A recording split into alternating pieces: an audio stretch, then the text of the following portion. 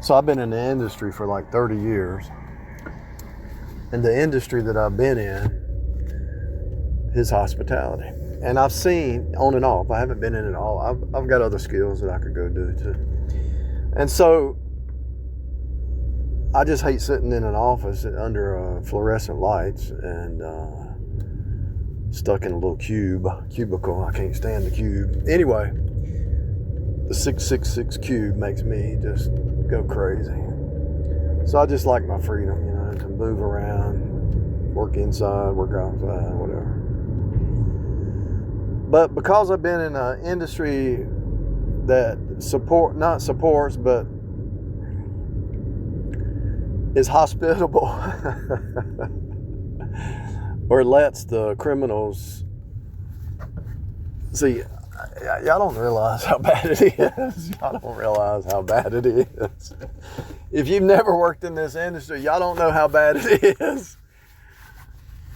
We can profile a criminal just by the way they walk.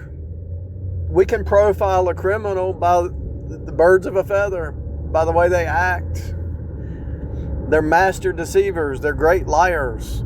But they think they're great liars, but if you just stay calm and listen, they're contradicting themselves. They're liars. The criminal thinks they got some game, but they ain't got nothing. Anyway, so at least once a week, maybe 2 or 3 times a week, sometimes every day, we see people getting kicked out, the police being called, people getting shot, police knocking their door down. I mean, I've seen it for 30 years. And so I've learned to play dumb. You play dumb around these people and they hang themselves. They think you're dumb. They really think they got something new, but it's the same game. They come up and they shoot their game or whatever you want to call it with their words. They try to befriend people. They try to befriend the staff or somebody next door to them, and they're out there talking to each other, and they get out there and they smoke that cigarette and they become friends, and there's like 4 or 5 of them become friends, and they're seeing who the weak one is, and then most of them are sharks, and they're looking for prey. And so the shark is looking for prey, right? And then all of a sudden somebody gets over on somebody, and there's usually some drinking going on, some craziness of drinking. Somebody gets over on somebody, and the whole group breaks up. Somebody steals money from somebody, tries to steal their car, steals their cigarettes, steals their beer, steals $20. Can I go into your room? Yeah. $20 gets missing out of the room. Can you take me to the store? Can you take me to the ABC store? Yeah, okay. And then they get robbed. They blame everybody else. Police get called. The whole crew runs and hides. They were all in on it, but they all run and hide. And they all throw each other under the bus every time. What's my point? My point is, I've seen it all. And then when you've seen it all, there's something else that comes on the scene, and you say, I thought I've seen it all. I thought I've seen it all.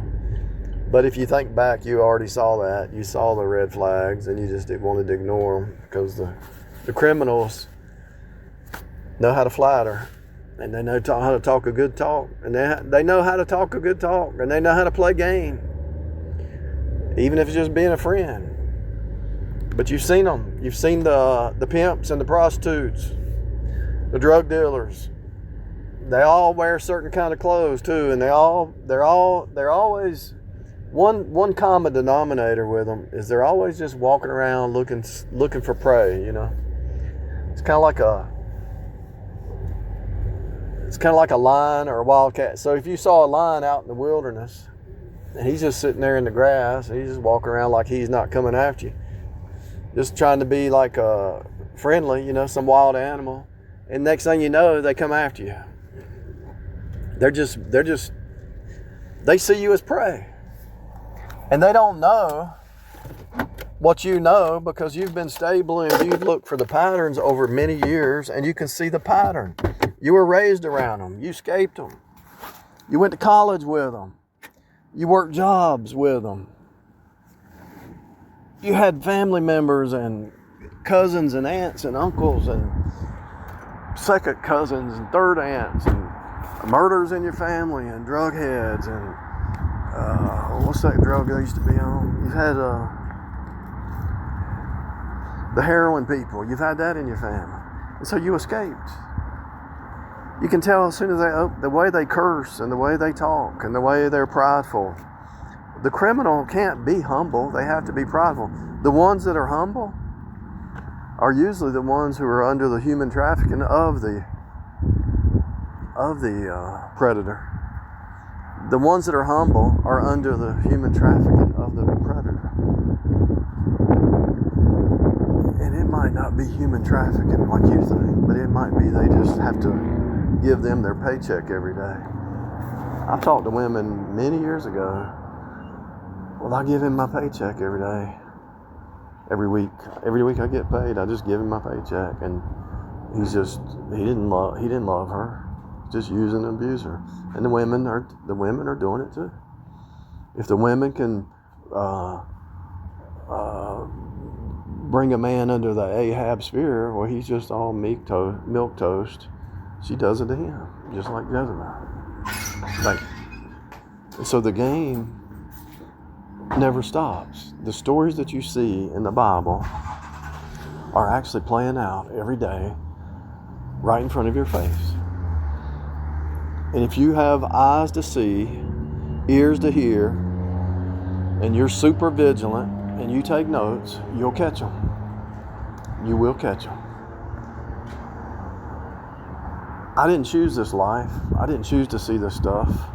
I didn't choose to be attacked by Jezebel my whole life. I didn't choose it. I just wanted the truth. I didn't know that me wanting to know the truth and seeking the truth, that I would be attacked by the Freemasons, the Jesuits, the esoteric, the Gnostics, and the Essenes, and the Jezebels, and the Delilahs. I had no idea. I just wanted the truth. But when you look for the truth, everybody who's anti-truth comes after you. Because they think you're stupid. They think you're just prey. And every battle that you overcome, you start to see the game more and more. And they still try. Even when they get older, they actually get better at being criminals and being subtle about it. The devil was more subtle than any beast of the field. They're of their father, the devil. They're very subtle. And so that's why you learn to take your time. If some guy walks into my world, says, I'm in love with you. Okay.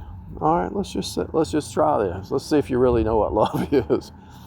So you start to hang out with her, and you realize she don't even love herself. Why are you drinking? Why are you doing bad habits? Why are you lying? Why are you gaslighting? Why are you going to the bars?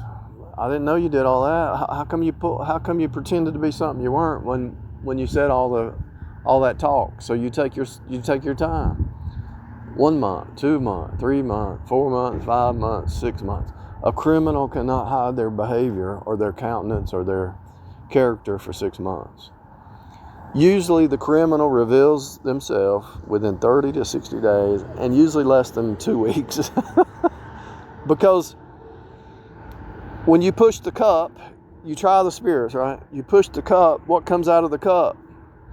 What's in the cup? So you just push them a little bit. They don't get their way or something. And out of the cup comes what? Cursings and gnashing of teeth. Now who does the cursings and gnashing of teeth? The people in hell. So they might not actually be in hell yet, but they're in literal hell on a daily basis because the criminal is their own worst enemy. They are their own worst enemy, and they hate you because they hate themselves. Easy button, people. Just step back. Just wait. Try the spirits, and it becomes really easy to catch them.